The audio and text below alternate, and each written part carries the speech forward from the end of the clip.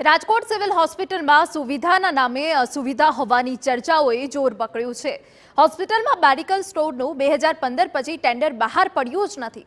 સામાન્ય રીતે દર 3 વર્ષે ટેન્ડર બહાર પડતું હોય છે, પરંતુ દર વર્ષે બહાના બતાવી એક્સટેન્શન મળતા શંકાઓને વધુ દોર મળ્યો।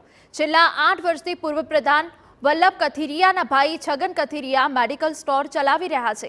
અહીંથી વર્ષે અંદાજિત 80 લાખની દવા સિવિલ હોસ્પિટલ ખરીદે છે।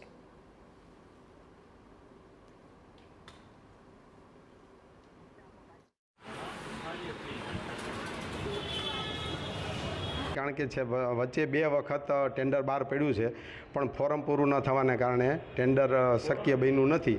અને નિયમ પ્રમાણે અમારા ટેન્ડરના નિયમ પ્રમાણે 10% દર વર્ષના રાજથી ઉપરથી ઓર્ડર પ્રમાણે અમે ચલાવીએ છીએ। સિવિલ હોસ્પિટલ જ્યારે પણ ટેન્ડર પ્રક્રિયા કરે ત્યારે અમને કોઈ વાંધો નથી। અગાઉ એક વખત ટેન્ડર પ્રક્રિયા થઈ હતી, 1 કે 2 વખત, પણ કોઈ સંજોગો વસાત ટેકનિકલ કારણોસર એ ટેન્ડર પ્રક્રિયા પૂર્ણ થયેલ ન હતી। ત્યારબાદ જ્યાં સુધી નવું ટેન્ડર ન થાય એ શરતે અમને મેડિકલ સ્ટોર ચલાવવામાં અમને મંજૂરી આપી છે, એટલે અમે ચલાવીએ છીએ। અને એ બધું જે કાંઈ પ્રીમિયમ નક્કી સરકારે નક્કી કરેલું છે, ક્યાં કેટલી ખરીદી કરવી, ક્યાં ડિસ્કાઉન્ટ કોને કેટલું આપવું, એ સરકાર દ્વારા નક્કી કરેલ છે। એ નિયમ પ્રમાણે અમે કામ કરીએ છીએ।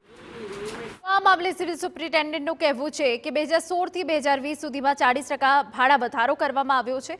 2020માં ટેન્ડર પ્રક્રિયા એક વખત હાથ ધરવામાં આવી હતી, પરંતુ તેમાં માત્ર 2 જ વ્યક્તિઓએ ભાગ લીધો હતો।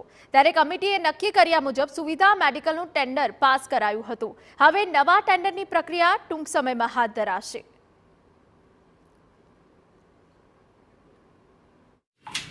આપને ત્યારે 3 વર્ષની આપેલી હતી અને 3 વર્ષ પછી આપને આમાં નવું કરવાનું હતું, પણ એવું પણ શરત હતું કે 40% કદાચ વધારે ભાડો આપી દે તો આપણે આનું કન્ટિન્યુ કરીએ।